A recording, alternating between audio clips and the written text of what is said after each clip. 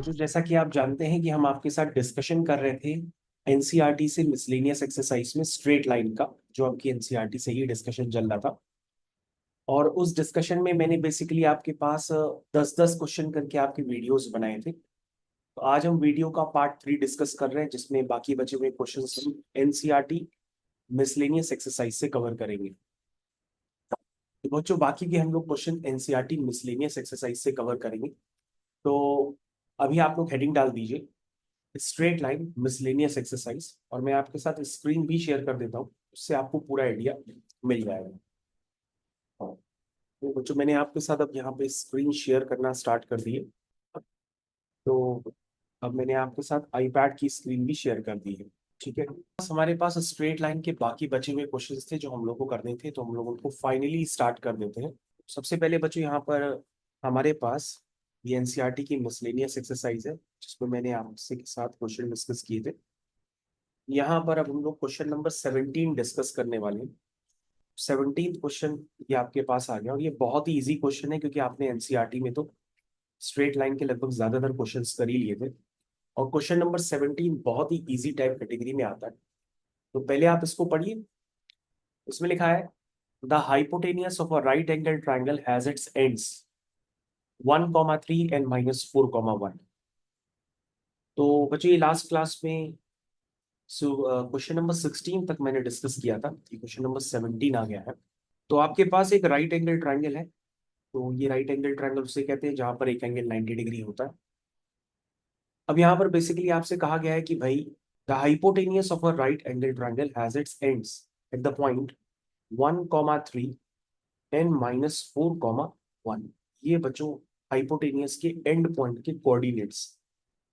ठीक है, 1,3 -4,1 कह रहा find the equation of the perpendicular sides of the triangle. तो बच्चों इसमें परपेंडिकुलर साइड एक ये वाली हो गई, एक ये वाली हो गई। हमें इन दोनों की इक्वेशंस बतानी है।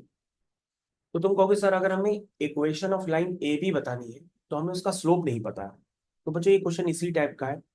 अगर इसका स्लोप नहीं पता है तो आप इसके स्लोप को मान लीजिए कि ये m1 होगा, और BC का स्लोप नहीं है तो ये मान लो m2 होगा। लेकिन बच्चों हम ये तो देख सकते हैं ना कि AB और BC आपस में परपेंडिकुलर है, और परपेंडिकुलर लाइंस के स्लोप का प्रोडक्ट क्या होता है बताइए, -1 होता है। तो दैट मीन्स बच्चों आपको ध्यान देना होगा कि अगर हम यहाँ पर ये एज्यूम कर लेते हैं कि इसका स्लोप m है, तो इसका स्लोप -1/m होगा। ये बात तो हम लिख ही सकते हैं।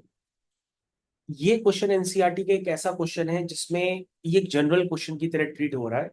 बेसिकली इसमें m की वैल्यू गिवन होनी चाहिए, लेकिन इन्होंने m की वैल्यूज दे नहीं रखी है। तो हम ऐसा करते हैं कि m की वैल्यू को खुद से एज्यूम कर लें कि m है। तो AB का स्लोप अगर m है तो BC उसकी परपेंडिकुलर लाइन है, तो उसका स्लोप हो जाएगा -1/m। अब हम इक्वेशन ऑफ लाइन AB लिख देंगे। This is equation of line AB। ये सबसे पहले लिखते हैं। तो किसी भी लाइन की इक्वेशन लिखने के लिए हमें उस लाइन पे स्लोप पता होना चाहिए और पॉइंट पता होना चाहिए। तो तुम कहोगे सर लाइन की इक्वेशन हो जाएगी y - y1 is equal to m times x - x1। ये बच्चों मैंने लाइन की इक्वेशन लिखी। तो कहोगे सर यही आंसर? हाँ बेटा यही आंसर, और कुछ भी नहीं करना। अच्छा, equation of line BC, equation of line BC। तुम्हारे मन में ये जरूर आ रहा होगा कि सर यहाँ m गिवन तो नहीं था, आपने अपनी तरफ से एज्यूम कर लिया जिसको आपने इवेल्युएट भी नहीं किया। हाँ बेटा, m इस क्वेश्चन में दिया होना चाहिए था, लेकिन दिया नहीं है, इसलिए मैंने उसको अपने आप से एज्यूम करके answer in terms of m निकाल दिया है। हाँ, m की वैल्यू 1 भी हो सकती है, 2 भी हो सकती है, 3 भी हो सकती है, कुछ भी हो सकती है।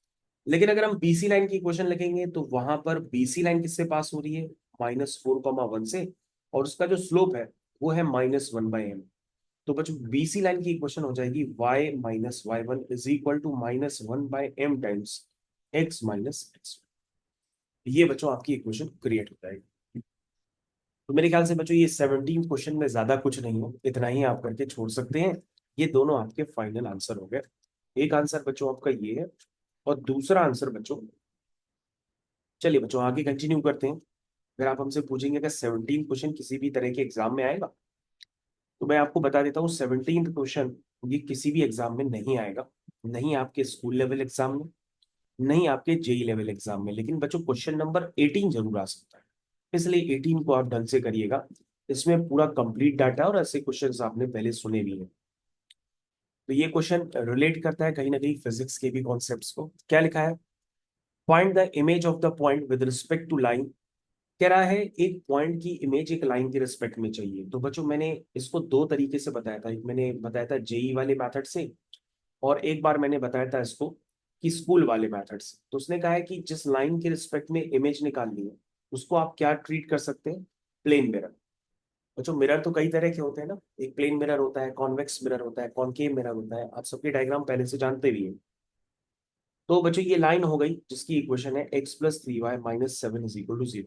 अब बच्चों किस पॉइंट की इमेज निकालनी है, 3,8 की। फिजिक्स में सिखाया जाता है कि जो पॉइंट मिरर से जितना ऊपर होता है उसकी इमेज उतना ही नीचे होती है, ठीक है ना। इसका मतलब ऊपर P है तो उसकी इमेज होगी P डैश। P डैश के कोऑर्डिनेट होते हैं अल्फा, और P और P डैश का जो मिड पॉइंट होगा उसका नाम होगा M, और वो प्लेन पे लाई करेगा, ठीक है, समझ में आ गया। अब बच्चों कहोगे कि सर ये क्वेश्चन करें कैसे। हमने कहा बेटा क्वेश्चन आपके ऊपर है, आप कैसे भी करना चाहें। अगर आपको पूरा समझना है या आप पहले के कंसेप्ट याद नहीं है, क्योंकि ये क्वेश्चन एक्सरसाइज में भी था पीछे 10.3 में, तो अगर आप पूरा करना चाहें तो पूरा भी कर सकते हैं। आप क्या करिए, हो सकता है आपसे फुट ऑफ परपेंडिकुलर भी पूछा जाए तो आप फुट ऑफ परपेंडिकुलर के हिसाब से भी कर लीजिए। तो फुट ऑफ परपेंडिकुलर आप निकाल लीजिए, इसी बहाने आपको foot of perpendicular concept revise हो जाएगा। और फुट ऑफ परपेंडिकुलर निकालने के बाद जब आपको ये पॉइंट पता होगा, ये पॉइंट पता होगा, तो ये पॉइंट आप ऑलरेडी निकाल लेंगे, क्योंकि आप कहेंगे कि जो एम होगा वो इन दोनों का मिड पॉइंट बन जाएगा, ठीक है ना। उस कॉन्सेप्ट से आपके पास अल्फा बीटा आ जाएगा। तो बच्चों अब आप एक काम कर लो, हम सबसे पहले यहाँ पे फुट ऑफ परपेंडिकुलर निकाल लेते हैं ताकि आपका ये कॉन्सेप्ट दोबारा रिवाइज हो जाए। तो बच्चों एम पॉइंट को हम कुछ एज्यूम कर लेते हैं, एम पॉइंट को हम एज्यूम कर लेते हैं A, B, ठीक है भाई। चलिए भाई, ये फुट ऑफ परपेंडिकुलर होता है। तो बच्चों आप क्या कहोगे कि सर पीएम लाइन का और लाइन एल का, इनका स्लोप का प्रोडक्ट क्या होगा, -1। तो चलो, पीएम लाइन का स्लोप और लाइन एल के स्लोप का प्रोडक्ट -1। बताओ पीएम लाइन का स्लोप क्या होगा, y2 - y1 upon x2 - x1। ठीक, लाइन का स्लोप क्या होता है, लाइन का स्लोप होता है minus coefficient of x upon coefficient of y = -। कितना आसान। बच्चों उसको और सिंप्लीफाई कर लो, अगर आपको लग रहा है तो माइनस से माइनस ही हटा दो। चलिए करिए। तो आ जाएगा सर 3a - 3 × 3 = 9 = b - 8। और सिंप्लीफाई करो, 3a - b -9 + 8 = 0। ठीक है, यहां तक सही है, कोई करेक्शन हो तो बताइएगा। ये बच्चों बन गई इक्वेशन 1। उसके बाद क्या कहोगे कि सर ये वाला जो पॉइंट है ना A, B, ये किस पे लाई करता है, प्लेन पे लाई करता है। तो ये प्लेन की इक्वेशन को क्या करेगा, संतुष्ट करेगा, सेटिस्फाई करेगा।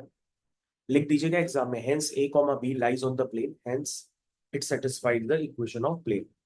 तो बच्चों जब ये प्लेन की इक्वेशन को सेटिस्फाई करेगा तो इक्वेशन क्या बनेगी, A + 3B - 7 = 0। ये बच्चों दूसरी इक्वेशन बन करके आ गई। कैसे बनाई, हमने A, B को उस प्लेन की इक्वेशन में पुट कर दिया, मतलब x की जगह A पुट कर दिया और y की जगह B पुट कर दिया। अब बच्चों उनको सॉल्व करना है, सॉल्व करने का काम तो ये क्लास 9th का हो गया। चलिए भाई, कैसे करते हैं दोनों इक्वेशन सॉल्व। कहो कि सर एक काम कर लीजिए, जल्दी करना है तो ऊपर वाली इक्वेशन में 3 का मल्टीप्लाई कर देते हैं। चलो कर देते हैं, नीचे करते हैं फिर, ठीक है।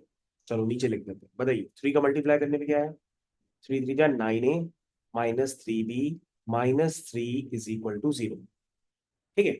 और इक्वेशन 2 को एज इट इज लिखे रहने दो, A + 3b - 7 = 0।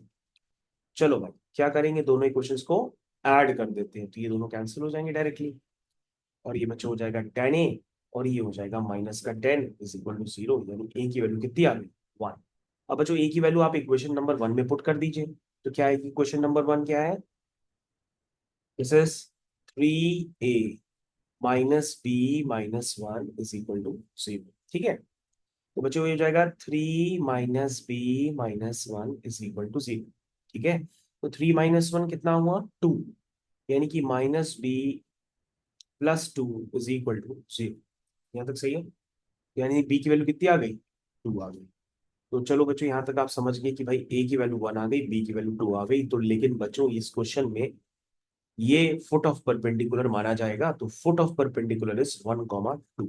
इसको हम लोग कहते हैं फुट ऑफ परपेंडिकुलर, क्योंकि बच्चों फुट ऑफ परपेंडिकुलर के भी क्वेश्चन है आपके सिलेबस में और जम करके पूछे जाते हैं। चलिए भाई, अब तुम कहोगे सर फुट ऑफ परपेंडिकुलर आ गया तब तो खेल ही खत्म हो गया। हमने कहा क्यों? कहोगे सर खेल इसलिए खत्म हो गया क्योंकि आप ही ने तो बताया था कि अगर भाई फुट ऑफ परपेंडिकुलर निकल करके आ जाता है तो दैट मीन्स ये फुट ऑफ परपेंडिकुलर अब आपने जो निकाला है वो कितना है, 1,2। तो 1,2 क्या बन जाएगा, इस पी का और पी डैश का मिड पॉइंट बन जाएगा। तो बच्चों मिड पॉइंट फॉर्मूला आप जानते हैं, which is x1 plus x2/2 y1 plus y2/2। तो इसको यहाँ पे जल्दी से लगा लेते हैं हम लोग, ठीक है भाई। आइए, तो क्या लिखेंगे, 3 प्लस अल्फा/2, ये मिड पॉइंट हो गया x कोऑर्डिनेट 1 के बराबर। फिर 8 प्लस बीटा/2, मिड पॉइंट था y कोऑर्डिनेट 2 के बराबर। तो बच्चे यहाँ से 3 प्लस अल्फा कितना आ गया, 2 आ गया। 8 प्लस बीटा कितना आ गया, 4 आ गया। तो जो अल्फा कितना आ गया, -1। बीटा कितना आ गया, -4। तो बच्चों आ गया इमेज, इमेज के कोऑर्डिनेट आ गया -1, ये हो। तो बच्चों मैंने क्वेश्चन नंबर 18 तो कंप्लीट कर दिया, लेकिन मैंने आपको बच्चों 10.3 में बताया था कि भैया ये जो भी मेथड होता है इसको हम लोग स्कूल लेवल मेथड कहते हैं। क्या कहते हैं, स्कूल लेवल मेथड। स्कूल में ये लगाते हैं तब जाकर के टीचर नंबर देता है। लेकिन बच्चों जब जेई में क्वेश्चंस भी आते हैं और उसमें अगर हम इस क्वेश्चन को इतने बड़े प्रोसेस से करेंगे तो ये होते नहीं है, टाइम लग जाता है और उसके चक्कर में दूसरे क्वेश्चन छूट जाते हैं। तो हम इस क्वेश्चन को दोबारा रिपीट करते हैं, लेकिन इसको बताते हैं जेई वाले मेथड से, यानी कि शॉर्टकट जो ऑब्जेक्टिव क्वेश्चन में यूज किया जाता है। तो बच्चों मैं क्या करता हूँ, मैं आपको वही डायग्राम दोबारा कॉपी करके देता हूँ। सबसे पहले आपने कहा था अगर भाई मिरर की इक्वेशन है x + 3y - 7 = 0, ये पॉइंट आपके पास गिवन है 3,8, ये पॉइंट आपने माना था a,b, और ये पॉइंट था आपकी इमेज अल्फा,बीटा। तो बच्चों डायरेक्टली देखो रिलेशन कैसे लिखते हैं, हम ऐसे लिखते हैं, देखो अगर हमको फुट ऑफ परपेंडिकुलर निकालना हो तो डायरेक्टली हम ऐसे लिखते हैं कि फुट ऑफ परपेंडिकुलर जो होगा उसके लिए रिलेशन है जेई वाला। हम ऐसे लिखते हैं, देखो बच्चों, a-3 अपॉन x का कोफिशिएंट, फिर b-8 अपॉन y का coefficient is equal to minus times bracket में ये पॉइंट इसमें उठा के सेटिस्फाई करा दो, डिवाइडेड बाय a² + b²। ये बच्चों को ऐसे याद भी करवाया जाता है, मैं एक बार लिखता हूँ, x-x1/a is equal to y-y1/b is equal to minus times ax1 + by1 + c upon a² + b²। तो ये मैंने आपको क्वेश्चन नंबर मतलब एक्सरसाइज में बताया भी था 10.3 में कि भैया जेई वाले मेथड से ऐसे करते हैं। तो बच्चों मजे की बात ये है कि अगर आप इस मेथड को यूज करते हैं तो क्वेश्चन जल्दी हो जाता है। उसको मैंने हाईलाइटर भी कर दिया है ताकि आपको याद रहे ये जेई वाले मेथड में इस तरह से लगता है। और से x1 y1 यहाँ पर a,b का काम कर रहा है तो वो निकल करके आ जाएगा डायरेक्टली a और b, यानी कि x1 y1 आ जाता है। एक बार बच्चों उसको वैल्यूज पुट करने के बाद एक बार इसको इसके इक्वल करते हैं तो x1 आ जाता है, इसको इसके इक्वल करते हैं तो y1 आ जाता है। और बच्चों मैंने आपको ये भी बताया था कि अगर हम यहाँ पे 2 मल्टीप्लाई कर दो और फिर ये रिलेशन लगाते हैं पूरा तो हमारे पास डायरेक्टली क्या आ जाता है, इमेज के कोऑर्डिनेट्स भी आ जाते हैं। तो हम दोनों काम एक बार करके दिखाते हैं तो आप समझ पाएंगे। बताइए फुट ऑफ परपेंडिकुलर के लिए क्या लिखेंगे, लिखा है फुट ऑफ परपेंडिकुलर में a - x1 y1 बच्चों फिक्स पॉइंट होता है, a-3 अपॉन x का कोफिशिएंट है 1, b-8 अपॉन y का कोफिशिएंट है 3, माइनस टाइम्स a। बच्चों ये पॉइंट उठा के ना इसमें सेटिस्फाई करा दो, 3 + 3 × 8 -7, ठीक है, whole divided by a² + b² यानी 1² + 3। हो गया बच्चों। अब इसको एक बार इसके इक्वल करो तो a आ जाएगा, इसको इसके इक्वल करो तो b आ जाएगा, क्वेश्चन खत्म।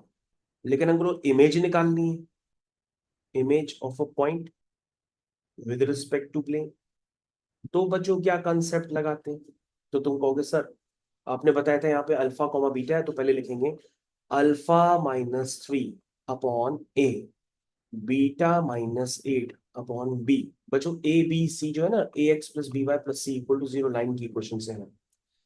तो चलिए इसको बस मैंने बताया था यहाँ पे 2 का मल्टीप्लाई होता है, बाकी सब कुछ एज इट इज सेम रहता है, ठीक है, होल डिवाइडेड बाय ए का स्क्वायर प्लस बी का स्क्वायर हो गया क्वेश्चन।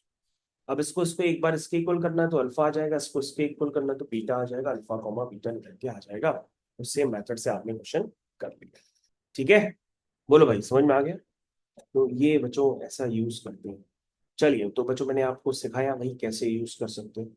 आगे चलिए, क्वेश्चन नंबर 18 यार मैंने कर दिया, बहुत सारा बता दिया। एग्जाम में आए तो गलत ना करके आना, आएगा ही जरूर। क्वेश्चन नंबर 19 पूछोगे ये एग्जाम में आता है क्या? बिल्कुल आता है, बस बदल बदल के आता रहेगा वैल्यूज। और 100% आता है, कोई मतलब इसमें शंका नहीं है, कोई डाउट नहीं है, क्वेश्चन आता ही आता है। क्या लिखा है? If the lines y is equal to 3x plus 1 and 2y is equal to x plus 3 are equally inclined to the line y is equal to mx plus 4, find the value of m। कह रहा है कि भैया ये दोनों lines जो है ना, वो y equal to mx plus 4 के साथ सेम एंगल बना रहे हैं। कहने का मतलब y equal to mx plus 4 जो एंगल बनाता है y is equal to 3x plus 1 के साथ, वही y equal to mx plus 4 same angle बनाती है 2y is equal to x plus 3 के बाद। बच्चों उसको 2 से डिवाइड करके लिख लो, y इज इक्वल टू क्या आ जाएगा, x बाई 2 प्लस 3/2। कह रहा है इन दो लाइंस के बीच में और इन दो लाइंस के बीच में एंगल से, मान लो वो एंगल थीटा है, तो यहाँ बच्चों टेन थीटा क्या होगा? होगा सर टेन थीटा होता है मॉड के अंदर m1 माइनस m2। हमने कहा बेटा m1 इसका m है, और बेटा इसका m2 3, इसका m1 m है, और बेटा इसका m2 है 1/2। तो टेन थीटा क्या होता है, m1 minus m2 whole divide by 1 plus m1 m2। यहाँ देखो बच्चों, tan theta is equal to mod के अंदर m1 minus m2 whole divide by 1 plus m1 m2। ठीक है, तो बच्चों दोनों के टेन थीटा सेम है ना, क्योंकि एंगल सेम है तो दोनों के टेन थीटा सेम रहेंगे, तो दोनों को इक्वेट कर दो। चलो जल्दी से इक्वेट कर दो। ये देखो बच्चों जल्दी से दोनों को इक्वेट कर देते हैं। तो आ जाएगा m-3 whole divide by 1 + 3m। ऐसे लगता है बच्चों ये क्वेश्चन किया हुआ है, तो 10.3 से वापस आ गए यार। अब बच्चों मैंने एक बार आपको बताया था कि भाई mod x is equal to mod y होता है, तो उसको सॉल्व कैसे करते हैं? हम इसको लिखते हैं x is equal two plus minus y, इस तरह से सॉल्व करते हैं। याद है ना, ये आपको याद रखना होगा। और मैंने आपको ये भी सिखाया कि यदि मॉड x बराबर a होता है और a पॉजिटिव होता है तो x की वैल्यू क्या होती है, प्लस माइनस a होती है। ठीक है ना, ये भी बता रखा है मैंने, जहाँ पे a क्या होता है, पॉजिटिव होता है, मतलब 0 या 0 से बड़ा होता है। ये भी हम बता चुके हैं, ऐसा ना हो कंफ्यूज हो जाओ। ठीक है ना, क्यों भाई? चलो आगे कंटिन्यू। तो ये तो mod x is equal to mod y है, तो तुम कहोगे सर इसको सॉल्व ना करिए, अब आप छोड़ दीजिए, बहुत आपने बता दिया। इसको सर एक बार प्लस साइन लेके कर लीजिएगा, इसका एलसीएम ही ले लीजिए सीधा। कितना आएगा LCM? 2m-1 upon 2 upon 2 plus m upon 2। ये बच्चों एक बार प्लस साइन लेके सॉल्व कर, तो यहाँ से एक बार m निकल के आ जाएगा, और फिर बच्चों क्या करना, फिर इसको माइनस साइन लेके सॉल्व करना, मतलब यहाँ पे माइनस लगा दो। ठीक है, और फिर इसको सॉल्व कर लेंगे, तो एक बार बच्चों यहाँ से m आ जाएगा, एक बार बच्चों यहाँ से m आ जाएगा, वही आपसे पूछा भी जा रहा है, वही आपका फुल एंड फाइनल आंसर भी हो जाएगा। ठीक है, आगे समझ में? तो क्वेश्चन बच्चों 19 तो मैंने आपके साथ कंप्लीट कर दिया, इसको मैं लिख देता हूँ, इसको आपको सॉल्व करना होगा, और इसको भी आपको सॉल्व। तो ठीक है बच्चों, क्वेश्चन नंबर 18 तो मैंने जैसे तैसे आपके साथ कर दिया। 18 18 के बाद 19 हो गया। चलिए 19 के बाद क्वेश्चन नंबर 20। क्या लिखा है क्वेश्चन नंबर 20 में, जरा पढ़िए। सबसे पहले लिखा है if the sum of the perpendicular distance of a point pxy from the lines this and this is always 10, then p show that p must move on a line। तो क्या करना है बच्चों, एक पॉइंट की इन दोनों लाइन से distance निकालनी है और उसका सम क्या करना है, 10 का। तो बच्चों ये तो सीधा सीधा लॉजिक हो गया, तो मैंने आपको पढ़ाया है कि भाई एक पॉइंट से लाइन के बीच की डिस्टेंस हम कैसे निकालते हैं, पता है ना? क्या होती है, ax1 plus by1 plus c upon under root of a² plus b²। Point क्या है यहाँ पर, x कॉमा y। लाइन क्या है आपकी, x plus y minus 5 equal to 0। फिर बच्चों अगेन यही सेम पॉइंट है, फिर लाइन है आपकी 3x minus 2y plus 7 equal to 0। क्या कहा गया है, इस पॉइंट की जो लाइन से डिस्टेंस है, और फिर उस पॉइंट की जो लाइन से डिस्टेंस है उन दोनों का जो सम है वो किसके बराबर है, 10 के। ठीक है ना, ये लिखा है ना क्वेश्चन। चलो बताओ परपेंडिकुलर डिस्टेंसेस का सम। बताइए, मान लो ये L1 है, ये L2 है, तो रिलेशन क्या गिवन है आपके पास कि L1 प्लस L2 किसके बराबर है, 10। बताओ बच्चों L1 क्या होगा। होगा सर L1 की मतलब वो ये पॉइंट उठा के इसमें सेटिस्फाई करा दो। तो सर ये खुद ही एक्स वाई है तो समझ में ही नहीं आएगा, ऐसे इट इज लिख दो upon under root of x के कोफिशिएंट का स्क्वायर प्लस वाई के कोफिशिएंट का स्क्वायर, मतलब 1 + 1 विच इज 2। ये हो सर, फिर ये भी हाँ लिख दो, 3x - 2y + 7 whole divided by 3 का स्क्वायर प्लस 2 का स्क्वायर, कितना हो 13 इज इक्वल टू। बच्चों ये कह रहा है अब इसको सिंप्लीफाई करो, और सिंप्लीफाई करने पर पता है क्या आना चाहिए, कह रहा है सिंप्लीफाई करने पर इक्वेशन तुम्हारी पास इस टाइप की आनी चाहिए। अगर इस टाइप की आ जाएगी तो ये हमारा प्रूफ हो जाएगा कि पी क्या है, वो एक लाइन है। पी का लोकस क्या है, एक लाइन है। ठीक है ना, तो हम पी का लोकस निकाल रहे हैं, बेसिकली जिसका हम लोकस निकालते हैं ना उसको एच कॉमा के मानते हैं। तो ये एच कॉमा के रिस्पेक्ट में आपने लिखा होगा, लास्ट में एच को एक्स किया होगा, के को वाई किया होगा, तो लाइन की इक्वेशन बन रही होगी। और लास्ट में सिंप्लीफाई करने पर ऐसे आ रहा होगा, दैट मीन्स क्या हो गया, ये पी का लोकस एक लाइन, यही proof। अब जो सॉल्विंग आपको करनी पड़ेगी, ठीक है ना, तो सॉल्विंग आप खुद से कर लीजिएगा, मैं इस क्वेश्चन को यहीं पे छोड़ता हूँ। लेकिन अगर आपको सॉल्व करने नहीं आता है तो आप उनको कमेंट सेक्शन में लिखिएगा, तो मैं आपको सॉल्व करके अलग से भेज दूँ। चलिए भाई, तो यहां तक तो हो गया, नेक्स्ट क्वेश्चन की तरफ चलते हैं। बच्चों अगर इस पे सॉल्व करने में दिक्कत है ना तो मैं बता दे रहा हूँ उसमें करना क्या है, ऐसा नहीं तो आप लोग कर ही ना पाओ। सबसे पहले बच्चों इसमें आप क्या करना कि दोनों डिस्टेंसेस का सम 10 के बराबर है, तो पहले आप दोनों तरफ स्क्वायरिंग भी कर सकते हो, क्योंकि नीचे रूट लगा हुआ है ना, स्क्वायरिंग भी कर सकते हो। और स्क्वायरिंग ना करना चाहो तो डायरेक्टली सॉल्व भी कर सकते हो, एलसीएम वगैरह लेकर के। तो करना ना है तो बताना, हम कर देंगे। चलिए, अगर आप पूछेंगे कि सर इसमें जो 20 वाला क्वेश्चन है वो एग्जाम में आएगा कि नहीं आएगा, तो मैं आपको बता देता हूँ नहीं आएगा। अभी तक जो क्वेश्चन किए हैं उसमें सिर्फ 18 19 आपको 100% एग्जाम में मिलेंगे। चलिए सर, फिर यही बता दीजिए 21 वाला आ सकता है कि नहीं आ सकता है। ठीक है, बिल्कुल बताते हैं, क्वेश्चन पढ़ के बताते हैं। उसमें लिखा है find equation of a line which is equidistant from a parallel lines this and this. कह रहे एक ऐसी लाइन की इक्वेशन निकालो जो इन दोनों से बराबर दूरी है। Find equation of a line which is equidistant from the parallel lines. ये दोनों लाइंस पैरेलल है क्या, पहले चेक करो। होगा सर पैरेलल लाइंस के लिए दोनों का स्लोप निकाल लेते हैं। अगर स्लोप दोनों के सेम आ रहे हैं तो सर हाँ फिर ये पैरेलल है। लेकिन लिखा क्या है, find the equation of a line, आपको लाइन की इक्वेशन निकालनी है जो क्या हो, इन पैरेलल लाइन से इक्विडिस्टेंट हो।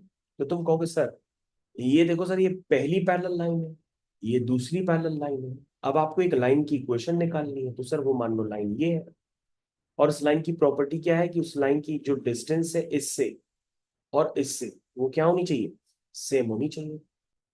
तो तुम कहोगे सर इसमें तो अगर ऐसा है तो वो पॉइंट ऊपर भी हो सकता है, वो पॉइंट नीचे भी हो सकता है ना, वो पॉइंट और नीचे भी हो सकता है। लेकिन उस पॉइंट की प्रॉपर्टी क्या है, उसकी इन दोनों पैरेलल लाइन से डिस्टेंस हमेशा क्या होनी चाहिए, बराबर होनी चाहिए। तो तुम कहोगे सर ये तो पॉइंट कहीं भी ला ही सकता है, तो हम इस पॉइंट को मान लेते हैं कि एच कॉमा के, क्योंकि वेरिएबल पॉइंट बन गया। तो हम एच कॉमा के की एक बार इस पे परपेंडिकुलर डिस्टेंस निकालेंगे, और एच कॉमा के पर एक बार इस पे परपेंडिकुलर डिस्टेंस निकालेंगे, और दोनों लेंथ को क्या कर देंगे, इक्वल कर देंगे। और जैसे इक्वल करेंगे आपके पास लाइन की इक्वेशन आ जाएगी। बोलो भाई समझ पाए। तो सबसे पहले क्या करोगे, लाइन की इक्वेशन, लेकिन ऐसे लिखना ताकि वो पैरेलल दिखे। तो कहोगे सर आपने एक बार बताया था कि अगर कोई लाइन होती है ax + by + c = 0। यहाँ पर बच्चों मैंने एक बार आपको बताया था कि अगर कोई लाइन के पैरेलल लाइन की इक्वेशन लिखनी होती है, मान लीजिए ये आपके पास लाइन है ax + by + c = 0, इस लाइन के पैरेलल लाइन की इक्वेशन लिखेंगे तो वो होती है ax + by + k = 0।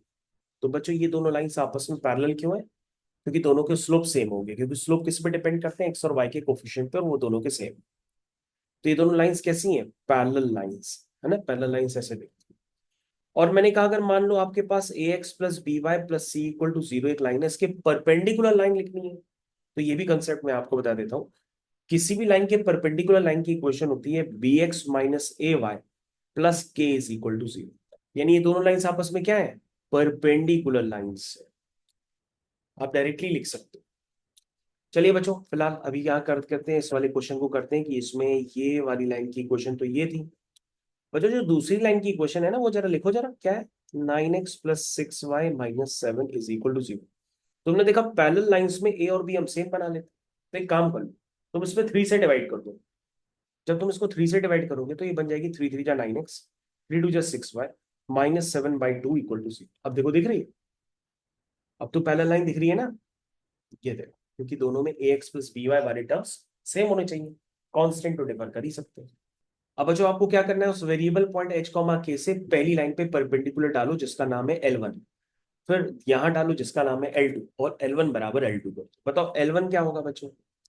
Okay sir, length of perpendicular बता देते हैं, 3h + 2k + 6 अपॉन √3 का स्क्वायर + 2 का स्क्वायर। डायरेक्ट बता दो भाई, 13। ठीक, चलो फिर से बच्चों h, k से इस वाली लाइन पे परपेंडिकुलर डालो। बताओ हो गएगा सर 3h + 2k - 7/2 अपॉन √, कितना आएगा, 3 का स्क्वायर + 2 का स्क्वायर, सर 13 आएगा।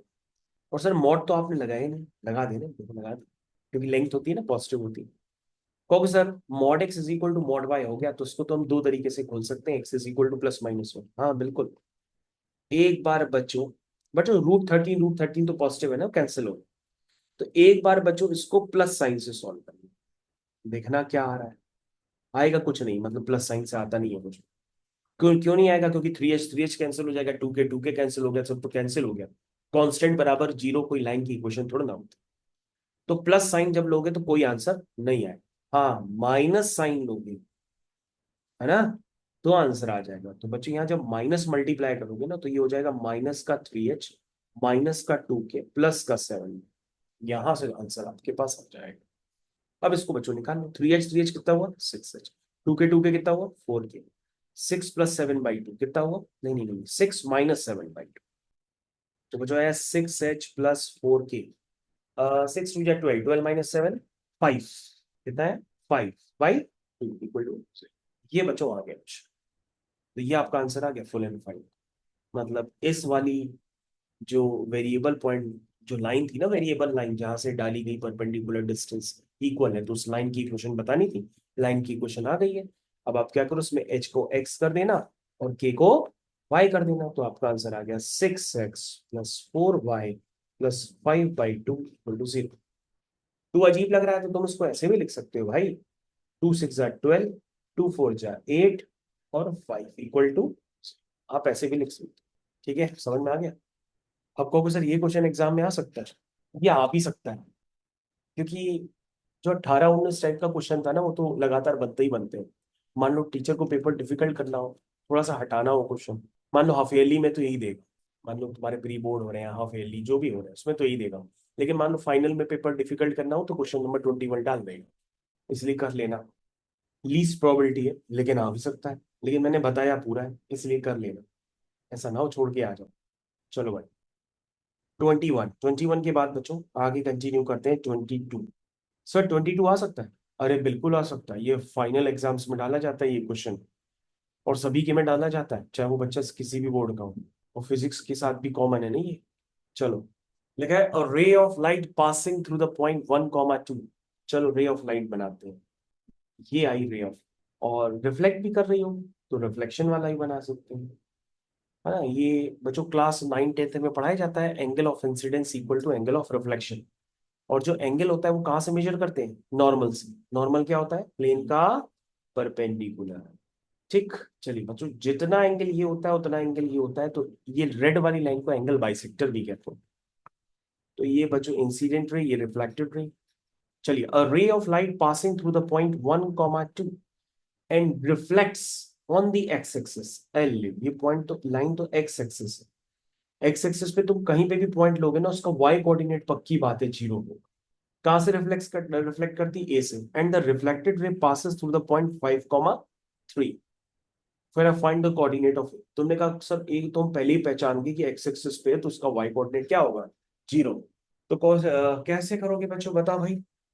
क्या तरीका होगा, कह रहा ए के कोऑर्डिनेट हमको निकाल करके दे दो। क्वेश्चन दोबारा पढ़ दो, कम समझ में आता है। रे of light passing through the point 1, 2 reflects on the x-axis at point A and the reflect ray passes through the point 5, 3. Find the coordinate of A. बताइए कैसे करेंगे, बताइए, करना तो आप ही लोग, बताओ भाई। ये तो फिजिक्स का बहुत ही इजी टाइप क्वेश्चन है, कैसे करेंगे सोच के बताइए, कौन बता सकते। रे of light passing through the point reflect on x axis. बच्चों ये एक्स एक्सिस के पैरेलल है, तो ए से पास करने वाली लाइन भी वाई एक्सिस के पैरेलल होगी ना, क्यों भाई, ये समझ रहे हो। ए से जो लाइन पास करेगी बच्चों, ये किसके पैरेलल होगी, वाई एक्सिस के पैरेलल होगी। ये बात तो क्लियर है ना भाई। ए से पास करने वाली लाइन जो है, जो मिरर की तरह ट्रीट कर रही है, वो एक्स एक्सिस के पैरेलल है, तो उसका परपेंडिकुलर जो भी नॉर्मल होगा वो वाई एक्सिस के पैरेलल होगा कि नहीं, इतना समझते हो कि नहीं। और बच्चों अगर वाई एक्सिस की कोई भी लाइन पैरेलल होती, स्लोप तुमने क्या पढ़ा, तुमने स्लोप पढ़ा है ना कि भैया, अगर कोई भी लाइन एक्स एक्सिस से एंटी क्लॉकवाइज डायरेक्शन में जो भी एंगल बनाती है उसका हम स्लोप निकालते हैं, तो टेन थीटा कहते हैं। लाइन अगर वाई एक्सिस के पैरेलल हो जाएगी तो उसका स्लोप निकालने के लिए हम क्या लिखेंगे, m इज इक्वल टू 1090, ये तो लिखेंगे। और 1090 क्या होता है, अनडिफाइंड, अनडिफाइंड को क्या लिखते हैं, 1/0। ये भाई समझ में आया? तो तुम कहोगे सर इसका स्लोप तो पता है 1/0, और सर अभी आपने बताया कि जो एंगल ये होगा वही एंगल ये होगा। तो सर हम क्या करेंगे, टेन थीटा लिखेंगे दोनों केसेस में, क्योंकि आपने बताया कि angle between these two lines और angle between these two lines ये आपस में क्या होगा, सेम होगा। तो पहली दो लाइंस के बीच का टेन थीटा लिखो जरा, कैसे लिखोगे टेन थीटा, बताइए जरा। मॉड के अंदर m1, तो बच्चों इस लाइन का स्लोप तो बता दो कम से कम। चलो बताइए इस लाइन का स्लोप, इस लाइन का स्लोप है L1, L2 बताइए। L1 लाइन का स्लोप बता दे कोई भाई, क्या होगा L1 लाइन का स्लोप, L2 लाइन का स्लोप, पहले L2 का लिखते हैं। हाँ बताओ L2 क्या होगा। हाँ L2 लाइन का स्लोप लिख रहे हैं बच्चों, y2 minus y1 upon x2 minus x1। चलो स्टार्ट करते हैं। तो 3 - 0, ठीक है, अपॉन 5 - ये L1 लाइन का स्लोप बताओ बच्चों, 2 - 0 अपॉन 1 - a। ठीक है बच्चों, आप किसी को भी x1 y1 x2 y2 मान सकते हो। तो बताओ भाई, टेन थीटा आप बताएंगे, आप टेन थीटा L2 और नॉर्मल के बीच का एंगल जो टेन थीटा है वो बताइए। तो कहोगे सर m1 - m2, तो हमने कहा ठीक है लिखते हैं। बताइए क्या कैसे लिखें, बताइए बच्चों सोच के बताइए। कि बच्चों आप एक काम करिएगा, इस क्वेश्चन को पहले मैं होमवर्क में डाल, पहले आप इस क्वेश्चन को होमवर्क में करिएगा, फिर हम लोग उसके बाद डिस्कशन करेंगे। क्योंकि मैंने आपको इसमें क्वेश्चन में हिंट काफी दे दी कि भैया करना कैसे। तो आप लोग क्या करिए, इसको एक बार होमवर्क में करिए। जब मैं इसका अगला वाला पार्ट बताऊंगा जिसमें फाइनल 3 4 क्वेश्चंस करूंगा, तब मैं आपको उसमें बताऊंगा। तब तक ये आपके पास होमवर्क के तौर पे क्वेश्चन चलेगा। तो अगर आपका आंसर आ जाता है तो मेरे को जरूर बताइए कि कैसे आपने निकाला। कैसे बताएंगे, टेलीग्राम पे बताएंगे। चलिए भाई, तो यहाँ पे हम लोग क्लास को, इस वाली क्लास को ओवर करते हैं। Thank you.